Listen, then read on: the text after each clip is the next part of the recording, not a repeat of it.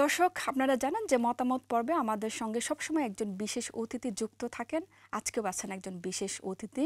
আজকে আমাদের সঙ্গে যিনি যুক্ত আছেন তিনি বাংলাদেশের একটি স্বনামধন্য পত্রিকা অর্থাৎ প্রথম আলো পত্রিকার লন্ডন প্রতিনিধি জনাব শাহিদুল ইসলাম। চলুন কথা বলি তার সঙ্গে। আসসালামু আলাইকুম। জি, ওয়ালাইকুম আসসালাম। আসসালামু আলাইকুম আপনাকে। ওয়ালাইকুম আসসালাম। আপনি নিশ্চয়ই ভালো আছেন? জি, আলহামদুলিল্লাহ ভালো আছি। আপনিও আশা করি ভালো আছেন। জি, আলহামদুলিল্লাহ ভালো আছি। আপনাকে আমাদের শুভ সন্ধ্যার আয়োজনে প্রীতি এবং শুভেচ্ছা জানাচ্ছি। ধন্যবাদ আপনাকে। আপনি নিশ্চয়ই আমাদের টেলিশিরোনামটি দেখছিলেন এবং জি, এই বিষয়ে আসলে আপনার সঙ্গে আমরা আজকে আলাপ করব। প্রথমে আপনার কাছে আমি যে বিষয়টি জানতে চাই সেটি হচ্ছে, আমাকে উৎখাত করলে পরবর্তীতে কে আসবে এই প্রশ্ন রেখেছেন প্রধানমন্ত্রী ও আওয়ামী লীগের সভাপতি শেখ হাসিনা। তার এই যে জাতির কাছে রাখা এই প্রশ্নে আমি জানতে চাই আপনার মন্তব্যটি। ধন্যবাদ আপনাকে। ব্যাপারটি খুবই ইন্টারেস্টিং। উৎখাত বিষয়টা হচ্ছে গণতান্ত্রিক রাজনীতি কিংবা গণতান্ত্রিক পরিবেশের সম্পূর্ণ বিপরীত।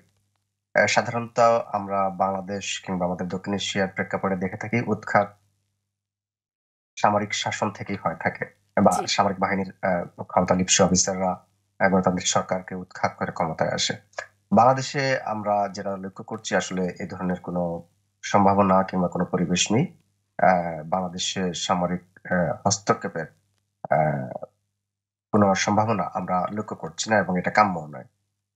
প্রধানমন্ত্রী অবশ্য যে অর্থে বলেছেন যে বিরোধী দলকে বিশেষ করে মাঠের বিরোধী দল, প্রধান বিরোধী দল বিএনপিকে উদ্দেশ্য করে তিনি এই কথাটি বলেছেন বা বিএনপির সাথে অন্যান্য যে সকল রাজনৈতিক দল প্রায় ৬২ টি রাজনৈতিক দল বিএনপির সাথে জি, যুক্ত হয়ে সরকারের বিরুদ্ধে আন্দোলন করছে। এটা নির্বাচনের আগে থেকে এবং এখনো তাদের সেই আন্দোলন চলমান রয়েছে। তো এই জায়গায় একটা বড় প্রশ্ন কিন্তু মানে এই রাজনৈতিক বিরোধ, রাজনৈতিক মতপার্থক্যের বাইরে বা এই প্রশ্ন আ বিরোধিতা এগুলোর বাইরে কিন্তু আরো সবচেয়ে বড় যে প্রশ্ন এটার বিহাইন্ড এ আছে। আমি সেটা মনে করি যে আসলে প্রধানমন্ত্রী যদি তিনি না থাকেন আ বা আওয়ামী লীগের যদি স্বাভাবিক নির্বাচনের মাধ্যমে পরিবর্তন হয়, জি, সেক্ষেত্রে কোন দল ক্ষমতায় আসবে? স্বাভাবিকভাবে বিএনপি আসতে পারে। তো আসলে গণতান্ত্রিক রাষ্ট্রগুলোতে, দেশগুলোতে সেখানে নির্বাচনের আগে দেখা যায় যে কোন দলে কে নেতৃত্ব দিচ্ছেন এবং কে প্রধানমন্ত্রী হবেন সেটা আগে সিলেক্ট করা হয়। জি, যে এই দল ক্ষমতায় গেলে এই ব্যক্তি প্রধানমন্ত্রী হবেন। তার লিডারশিপের আন্ডারে নির্বাচন হয়। অ্যা প্রধানমন্ত্রীর এই প্রশ্নটা এই জায়গায় যুক্তিযুক্ত যে বিরোধী দলের জায়গায় প্রধানমন্ত্রী কে হবেন এটা ২০১৮ সালের নির্বাচনেও বিরোধী দল বিএনপি বা বিএনপি নেতৃত্বাধীন জোট সেটা জনগণের সামনে ক্লিয়ার করতে পারেনি। জি, বা গত নির্বাচনে অংশগ্রহণও করেনি। করলে বা এই প্রশ্নটা আবার আসতো সামনে। এই জায়গা থেকে প্রধানমন্ত্রী প্রশ্নটা করেছেন। কিন্তু সবচেয়ে বড় সংকটের জায়গা আমি যেখানে পয়েন্ট আউট করতে চাই যে খুব স্বাভাবিকভাবে যদি আওয়ামী লীগের বর্তমান প্রধানমন্ত্রী আমি দোয়া করি তিনি দীর্ঘ হায়াত আল্লাহ তাকে দান করুক শেখ হাসিনাকে। বাট জি, তিনির অবর্তমানে যে আওয়ামী লীগের নেতৃত্ব কে গ্রহণ করবে? আওয়ামী লীগ যদি ক্ষমতায় থাকে বা আসে শেখ হাসিনার অবর্তমানে কে প্রধানমন্ত্রী হবে? খুব সূক্ষ্মভাবে বাংলাদেশে কিন্তু আ রাজনৈতিক সংকটের পাশাপাশি নেতৃত্বের যে সংকটের জায়গাও কিন্তু ভয়াবহ একটা আকার ধারণ করেছে। সেটা জি, আমরা বিএনপির ক্ষেত্রে লক্ষ্য করছি। যেহেতু বেগম খালেদা জিয়ার জেলে কিংবা অসুস্থতার কারণে এবং বর্তমানে উনার ছেলেও দেশে নেই। তারেক রহমান সাহেব দীর্ঘদিন থেকে দেশের বাইরে আছেন। তো বিষয়টা কিন্তু আমরা বিএনপির আন্দোলনের জায়গায় কিন্তু এটা তারা ওই দল থেকে স্বীকার করুক বা না করুক, নেতৃত্বের সংকটটা কিন্তু লক্ষ্য করা যায়। জি, একইভাবে আওয়ামী লীগে প্রাইম মিনিস্টার শেখ হাসিনা বা উনি আওয়ামী লীগের সভাপতি হিসেবে উনার অবর্তমানে কে নেতৃত্ব দিবে? এই বাংলাদেশের নেতৃত্বে কে আসবে? আরেকটা জায়গা যেহেতু আমাদের এই নেতৃত্বের টপ জায়গাটা যেখানে বিবেচনা করা হয় যে পারিবারিক যে রাজনীতি, পরিবারতান্ত্রিক রাজনীতি, এটা বিএনপি, আওয়ামী লীগ, জাতীয় পার্টি বা অন্যান্য ছোট, ছোট কিছু দলেও দেখা যায়। তো এই জায়গাগুলো কিন্তু আ আরেকটা প্রশ্ন। কিন্তু এই পরিবার থেকেও যে ধারাবাহিকতা আছে, সেই ধারাবাহিকতায় কিন্তু নেতৃত্বের সংকট আগামী দিনে আরো বেশি প্রকট হয়ে উঠবে। এবং খুব স্বাভাবিকভাবে এটা উনাদের রাজনৈতিক বিতর্কের বাইরে গিয়ে আমি যেটা বলতে চাই যে, বাংলাদেশে শুধুমাত্র ক্ষমতাকে প্র্যাকটিস করার জন্য এবং পরিবারতান্ত্রিক রাজনীতিকে প্র্যাকটিস করার কারণে নেতৃত্বের চরম একটি সংকট তৈরি হয়েছে এবং আগামী দিনে এটা আরো বেশি সামনে আসবে। জি, ধন্যবাদ। আপনার কাছে আরেকটু জানতে চাই, আপনি জানেন যে বাংলাদেশে এখন প্রচণ্ড গরম পড়েছে। তো আপনার কাছে আমি যেটি জানতে চাই সেটি হচ্ছে, প্রচণ্ড তাপদাহের পর আসতে পারে ভয়াবহ বন্যা। যে কোনো দুর্যোগ মোকাবেলায় আসলে বাংলাদেশ সরকারের কতটা সক্ষমতা আছে বলে আপনি মনে করছেন? এটা অত্যন্ত দুঃখজনক আমাদের তৃতীয় বিশ্বের দেশগুলোর জন্য যে বিশ্বব্যাপী যে উষ্ণতা বাড়ছে এবং যে পরিবর্তনগুলো তৈরি হয়েছে, সেই পরিবর্তনের যে ইফেক্টেড কান্ট্রিগুলোর মধ্যে অন্যতম হচ্ছে আমাদের বাংলাদেশ। যে সব ধরনের প্রাকৃতিক দুর্যোগ বাংলাদেশকে মোকাবেলা করতে হয় প্রতি বছর। বন্যা, ঝড়, বৃষ্টি, গরম। গরম এটা গত ২-৩ বছর থেকে অতিমাত্রায় গরমের প্রকোপ বাংলাদেশ লক্ষ্য করছে এবং সেই ধারাবাহিকতায় এবছর অভাবনীয় গরম। এটা ধারণার বাইরে এই পর্যায়ে চলে এসেছে। তো বাংলাদেশের সক্ষমতার যে জায়গাটা আমি মনে করি এগুলোকে ট্যাকল দেওয়ার জন্য সেই সক্ষমতা বাংলাদেশের সরকারের নেই। সেই ক্যাপাসিটি বাংলাদেশ সরকার অর্জন করতে পারেনি। বরং এই জায়গাটায় আমি বিশেষ করে গরমের ক্ষেত্রে বা পারিবারিক দুর্যোগ মোকাবেলায় সবচেয়ে কার্যকর প্রাকৃতিক যে উপায়গুলো, যে বিশেষ করে বৃক্ষরোপণ বা প্রাকৃতিক আরো জলাধার তৈরি করা, বিভিন্ন জি। ধরনের যে জায়গাগুলো নদীগুলোকে সংস্কার করা, খনন করা, ছোট, ছোট খাল, বিল যেগুলো আছে এগুলোকে পরিষ্কার করে রেখে প্রাকৃতিক দুর্যোগ মোকাবিলায় যে পদক্ষেপ নেওয়া মানে যেগুলো ক্যাপাসিটির মধ্যে, জি। যেগুলো তো ক্যাপাসিটির বাইরে এগুলো তো আর সম্ভব না। এই জায়গায় আমরা লক্ষ্য করছি বিশেষ করে পরিবেশগত দিক থেকে সরকার চরম ব্যর্থতার পরিচয় দিয়েছে। বিভিন্ন জায়গায় পাহাড় কাটা হয়েছে, গাছ কাটা হয়েছে, উন্নয়নের নামে বিভিন্ন জায়গায় আপনার পাথরের উন্নয়নকে অ্যা দৃশ্যমান করার জন্য প্রাকৃতিক যে পরিবেশ ভারসাম্য সেটাকে নষ্ট করা হয়েছে। দেশে আপনি লক্ষ্য করবেন আমি দেখেছি যে চিটাগং এলাকায় জি। একটি রেল লাইন তৈরি করার জন্য ৭ লক্ষ গাছ নিধন করা হয়েছে। এটা কতটা ভয়াবহ হতে পারে আ কল্পনার বাইরে। আমি গত মাসে দেশে ছিলাম। আমার এলাকায় একটা প্রান্তিক মৌলভীবাজারের বড়লেখা এলাকায় রাস্তা বড় করার জন্য রাস্তার ২ পাশে বড়, বড় গাছ কেটে ফেলা হয়েছে। এগুলো তো একেবারে দৃশ্যমান জি। যে ক্ষতি সাধন করা হয়েছে। মৌলভীবাজারের অন্যতম একটা পাহাড় হচ্ছে পাতারিয়া পাহাড়। সেখানে লাঠিটিলা নামে একটা এলাকা আছে। সেখানে আপনার ইকো পার্ক করার জন্য, সাফারি পার্ক করার জন্য প্রাকৃতিক পাহাড়কে বিনষ্ট করা হচ্ছে। এভাবে প্রত্যেকটা এলাকায় আমরা দেখি চিটাগাং এলাকায় আপনার জলাধার বন্ধ করে দিয়ে স্থানীয় রাজনৈতিক নেতাকর্মীরা তারা সেখানে তাদের ব্যবসা-বাণিজ্য করছে, গাছ কাটছে, পাহাড় ধসছে। এগুলো কিন্তু আমরা পরিবেশকে বাধ্য করছি আমাদের উপর এই দুর্যোগ আসার জন্য। তো সেখানে যেখানে সরকার আপনি প্রশ্ন রেখেছেন যে প্রাকৃতিক দুর্যোগ মোকাবেলা করার সক্ষমতা আছে জি। কিনা? যেটুকু প্রাকৃতিক সক্ষমতা আছে সেগুলোই ধ্বংস করছে। সো তারা নিজেরা আর কি সক্ষমতা তৈরি করবে বা অর্জন করবে বা এগুলো মোকাবেলা করবে। আল্টিমেটলি বড়, বড় রাজনৈতিক লিডার যারা আছেন তারা কিন্তু এই গরমের মধ্যে ঠিকই ফ্যানের এসির বাতাস খাচ্ছেন। তাদের সেই ভালো জায়গায় তারা আছেন। রাস্তার শ্রমিকরা এই ৪৩-৪৪ ডিগ্রি তাপমাত্রার মধ্যে কাজ করছেন। গ্রামের বাড়িগুলোতে যেখানে এসি নেই, সেখানে বাতাস নেই, সেখানে বিদ্যুতের সংকট রয়েছে। তারা যে কত কষ্টের মধ্যে আছে। দেশে অনেকগুলো মানুষ ইতিমধ্যে হিট স্ট্রোকে মারা গিয়েছে জি। আপনি জানেন। সেটা শিক্ষক, ছাত্রছাত্রী সহ অনেকেই। তো এগুলো কার কাছে বলবেন? কে বলবে? কে এগুলো মানে এখানে থাকতে হলে এই পরিবেশে এভাবে মানিয়েই থাকতে হবে। এর বাইরে কোন বিকল্প দেখছি আছে বলে আমার চোখে পড়ছে না। জি, ধন্যবাদ। এবার একটু অন্য প্রসঙ্গে আসি। সেটি হচ্ছে যে বিএনপি নেতারা নয়, আওয়ামী লীগের নেতা এবং তাদের স্বজনরা দেশ ছেড়ে যাচ্ছেন বলে মন্তব্য করেছেন দলটির সিনিয়র যুগ্ম মহাসচিব রুহুল কবির রিজভী। আসলে কে দেশ ছাড়ছে আপনার কি মনে হয়? আমি রুহুল কবির রিজভীর এই মন্তব্যের সাথে একটু দ্বিমত পোষণ করতে চাই। এই কারণে যে রুহুল কবির রিজভী যে প্রশ্নটি করেছেন, এটা অন্যভাবে আমি এটাকে ব্যাখ্যা করি যে আওয়ামী লীগ গত ১৬ বছর ১৫ বছরের বেশি সময় ধরে ক্ষমতায় রয়েছে। জি। তারা দেশের সম্পদ বাহিরে পাচার করেছে, টাকা-পয়সা পাচার করেছে এবং বিভিন্ন দেশে তাদের একটা সেকেন্ড হোম বানিয়ে রেখেছে। তারা হয়তো ক্ষমতার পট পরিবর্তনে পালিয়ে যেতে পারে বা এখনো ওইভাবে যাচ্ছে বলে আমি মনে করি না। কিন্তু প্রশ্নটা আমি রুহুল কবির রিজভীর দিকে দিতে চাই যে ওনাদের দলের বর্তমান যিনি অ্যাক্টিং চেয়ারপারসন রয়েছেন, তিনি কিন্তু গত ১৮ বছর যাবৎ দেশের বাইরে আছেন।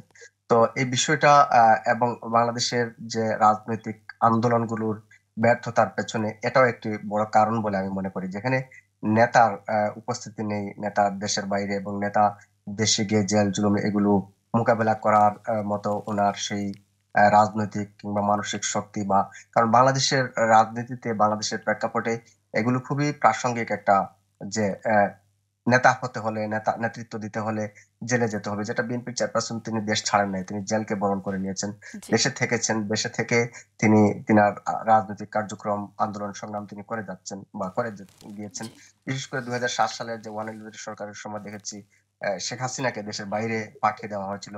কিন্তু তিনি সেটাকে মোকাবেলা করে আবার দেশে ফেরত গিয়েছেন। খালেদা জিয়াকে দেশের বাইরে পাঠানোর পরিকল্পনা করা হয়েছে। তিনি দেশের বাইরে যেতে চান নাই। তো এই যে রাজনৈতিক স্ট্রেংথ সেটা কিন্তু বিএনপির অ্যাক্টিং চেয়ারপারসন এর মধ্যে আমি লক্ষ্য করছি না। তো এই বিষয়গুলো কিন্তু আমাদের ভাববার বিষয় রয়েছে। উনার যে প্রশ্ন সেই প্রশ্নের বিপরীতে আমি এটা বলতে চাই। বাস্তবতা কিন্তু এইটাই। জি। ধন্যবাদ। আরেকটি বিষয় জানতে চাই সেটি হচ্ছে যে Times Higher Education Asia University ranking ২০২৪ এ করা তালিকায় শীর্ষ ৩০০ বিশ্ববিদ্যালয়ের তালিকায় নেই বাংলাদেশের কোনো বিশ্ববিদ্যালয়। তাহলে উন্নয়নটা আসলে কোন দিকে হচ্ছে? উন্নয়ন হচ্ছে, কিছু মানুষের পকেট ভারী হচ্ছে। দৃশ্যমান কিছু উন্নয়ন, পদ্মা সেতু হয়েছে বা অন্যান্য কিছু স্ট্রাকচারাল উন্নয়ন হয়েছে। কিন্তু শিক্ষা খাতে যে বাংলাদেশের উন্নয়ন হয়নি, তার নমুনা হচ্ছে আমরা যদি একটু পেছনে থাকি, আমাদের ঢাকা বিশ্ববিদ্যালয়ের সাবেক ভাইস চ্যান্সেলর বলেছিলেন যে, "ঢাকা বিশ্ববিদ্যালয় এমন একটা জায়গায় সেখানে ৳১০ চা সমোসা পাওয়া যায়।" তো জি, এগুলোর হয়তো উন্নয়ন হয়েছে। আমরা লক্ষ্য করেছি বিভিন্ন রাজনৈতিক প্রতিবন্ধকতার কারণে গতকালকের খবর সংবাদ হচ্ছে যে, কুমিল্লা বিশ্ববিদ্যালয় অনির্দিষ্টকালের জন্য বন্ধ ঘোষণা করা হয়েছে। জি, রাজনৈতিক এই ছাত্র সংগঠনগুলো যে অশৃঙ্খল, হল দখল, বিভিন্ন রাজনৈতিক কর্মসূচিতে বাধ্য করা ছাত্রদের নেয়া বা ভিন্ন মতাবলম্বী ছাত্র যারা আছে তাদেরকে তাদের এক্টিভিটিস না করতে দেয়া সবসময় একটা। এবং আমরা আ ৩-৪ বছর আগে যে বুয়েটে যেটা হয়ে গেল, জি, আবরারকে হত্যা করা হলো। সেখানে রাজনীতি নিষিদ্ধ করা হলো। এই গত মাসে আবার সেই রাজনীতি ফিরিয়ে আনার জন্য সেখানে কি ধরনের তৎপরতা আমরা লক্ষ্য করলাম। জি, তো এইগুলো যদি আপনি করে থাকেন, এই বিশ্ববিদ্যালয় উচ্চশিক্ষা প্রতিষ্ঠানগুলোতে যদি এই এক্টিভিটিস গুলোই সবচেয়ে বেশি প্রাধান্য পায়, এগুলোকে যদি প্রায়োরিটি দেওয়া হয়, সেখানে আমরা কল্পনা করার প্রয়োজন নাই যে আমাদের বিশ্ববিদ্যালয় গুলো ওয়ার্ল্ড এর র‍্যাংকিং এ টপ জায়গায় যাবে বা সেই র‍্যাংকিং লিস্টে থাকবে। তো এগুলো তো কারণ আমাদের ওইখানে সেই পর্যায়ের আপনি শিক্ষা খাতে যে সরকার যে বাজেট করে সেখানে আপনি দেখেন শিক্ষা খাতে বাজেটের পরিমাণ কতটুকু? স্বাস্থ্য খাতে বাজেটের পরিমাণ কতটুকু? এগুলোকে তো অগ্রাধিকার দেওয়া হচ্ছে না। জি, এগুলোকে যদি অগ্রাধিকার দেওয়া হতো, সরকার গবেষণা খাতে যদি ইনভেস্ট করত, ছাত্রদেরকে উদ্বুদ্ধ করত। আমরা দেখি ন্যূনতম এই গত বছর যদি আমরা পর্যালোচনা করি, ইউকে তে যে পরিমাণ স্টুডেন্টরা এসেছে, জি, এরা কিন্তু আগে আসতো উচ্চ আ শি মানে ধনীদের সন্তানরা আসতো। এখন ন্যূনতম যারা আপনার মধ্যবিত্ত পরিবারের মধ্যবিত্ত, জি, সন্তানরা, নিম্ন মধ্যবিত্ত পরিবারের সন্তানরাও তারাও চিন্তা করে যে আমি ভালো লেখাপড়ার জন্য আমাকে দেশের বাইরে যেতে হবে। এখানে পরিবেশ নেই। এখানে আমি সেই পরিবেশটা পাবো না। সেই সুযোগ পাবো না। এখানে গেলে আমাকে দ্বন্দ্ব করতে হবে। না হয় আমাকে হলে থাকার সুযোগ পাচ্ছি না। আর হলে থাকতে হলে গণরুমে থাকতে হবে। জি। নেতাদের ভাই বলে তাদের পেছনে হাঁটতে হবে। তো সেখানে আমি আশা করার তো কোনো সুযোগ নাই যে আমাদের বিশ্ববিদ্যালয়ের র‍্যাংকিং এ ভালো অবস্থানে থাকবে।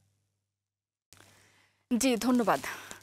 আপনার কাছে সর্বশেষ একটু জানতে চাই সেটি হচ্ছে যে বাংলাদেশ ব্যাংকের সাবেক গভর্নর মোহাম্মদ ফরাজউদ্দিন বলেছেন ১,০০০ টাকার খেলাপি জেলে, ১০,০০০ কোটি টাকার খেলাপি সরকারের পাশে। তার এই মন্তব্যটিকে আপনি কিভাবে দেখছেন? উনি যথার্থই মন্তব্য করেছেন। উনার মন্তব্য উনি সাহস করে বর্তমান প্রেক্ষাপটে এই মন্তব্যটা করেছেন, এজন্য আমি উনাকে ধন্যবাদ জানাই। কারণ এই মন্তব্যগুলো করার যে মানুষগুলো আজকালকে কিন্তু বিরল হয়ে যাচ্ছে। মানুষ চুপ হয়ে যাচ্ছে। জি, কেউ এ ধরনের মন্তব্য করতে চায় না নিজেদের নিরাপত্তার স্বার্থে কিংবা লাঞ্ছিত হওয়ার আ ভয়ে। তো সেই জায়গায় ফরাসউদ্দিন সাহেব তিনি এই মন্তব্যটি করেছেন। আপনি লক্ষ্য করবেন, আমি সর্বশেষ যে উদাহরণটা দিতে চাই, ২০২২ সালে আ আ বাংলাদেশের খুব সম্ভবত সাতক্ষীরা, আমি এক্সাক্টলি এই মুহূর্তে জেলাটার নাম মনে করতে পারছি না। সেখানে ৪৩ জন কৃষকের বিরুদ্ধে আদালত গ্রেপ্তারি পরোয়ানা জারি করেছে। তারা ৩০ থেকে ৪০,০০০ টাকা আপনার ঋণ খেলাপি ছিলেন। জি, কিন্তু ওই পরিবারগুলো দাবি করেছে যে হ্যাঁ, তারা ঋণ নিয়েছিলেন ঠিকই একটা সমবায় সমিতি থেকে, কিন্তু টাকাটা ফেরত দিয়েছেন। তারা জানতেনও না তাদের বিরুদ্ধে মামলা হয়েছে কিংবা গ্রেপ্তারি পরোয়ানা জারি হয়েছে। সেই কৃষকদের মধ্যে ১৩ জনকে সাথে পুলিশ গ্রেফতার করেছিল। কিন্তু বাংলাদেশের সবচেয়ে বড় ঋণ খেলাপি যারা দেশের ব্যাংকগুলোকে লুটপাট করে, বেসিক ব্যাংক, ফার্মার্স ব্যাংক সহ আরো অনেক ব্যাংক এখন একটার সাথে আরেকটা মার্জ করা হচ্ছে। তো তাদের এই সমস্ত বড় ঋণ খেলাপিদেরকে গ্রেফতার করা, চিন্তা করাও কিন্তু আপনার অনেক কঠিন।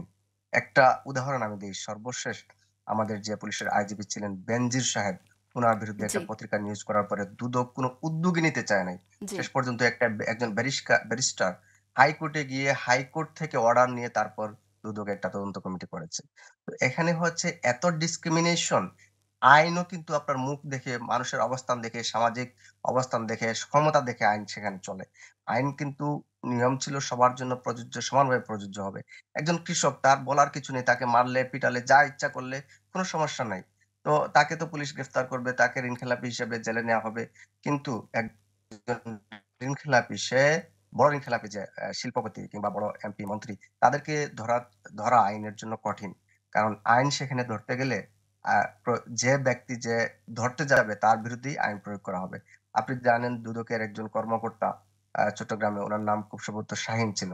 উনি জি, একটি তদন্ত করতে যাওয়ার কারণে দুদক তার চাকরি আ আ প্রত্যাহার করে নিয়েছে। অ্যা তাকে চাকরি থেকে বরখাস্ত করে ফেলেছে।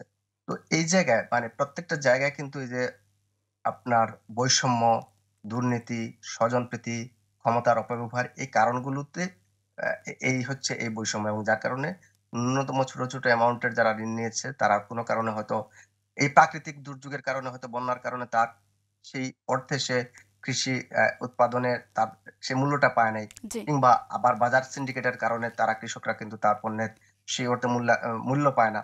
যার কারণে সে ক্ষতিগ্রস্ত হচ্ছে, হয়তো দিতে পারেনি। কিন্তু এই পরিবারগুলো কিন্তু বলেছে তারা পরিশোধ করেছিল।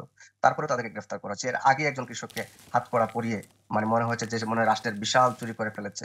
হ্যাঁ, ৳১ হোক আর ৳১০০ হোক, আইন সেখানে প্রয়োগ হয়েছে। আমি আইনের এখানে ব্যত্যয় দেখছি না। কিন্তু আইনের প্রয়োগের জায়গায় যে একজন সে নিরীহ, তার ক্ষেত্রে আইনের শতভাগ প্রয়োগ। আর একজন ক্ষমতাশালী, শক্তিশালী, টাকাওয়ালা, আইন সেখানে নীরব। এই হচ্ছে বাংলাদেশের বর্তমান আইনের ব্যবহারের পরিস্থিতি। জি, আপনাকে অসংখ্য ধন্যবাদ জনাব শাহিদুল ইসলাম, এতক্ষণ আমাদের সঙ্গে থেকে আপনার মূল্যবান মতামত দেবার জন্য। সময় স্বল্পতার জন্য আজ বিদায় দিচ্ছি। দেখা হবে অন্য একটি শুভ সন্ধ্যায়। সে পর্যন্ত ভালো ধন্যবাদ থাকবেন, আপনাকে। সুস্থ থাকবেন। আসসালামু আলাইকুম। আপনাকেও। ওয়ালাইকুম আসসালাম। ধন্যবাদ। দর্শক, আমরা চলে এসেছি ছোট্ট একটি বিরতিতে। বিরতির পরে আবারও ফিরে আসছি, আমাদের সঙ্গে থাকুন।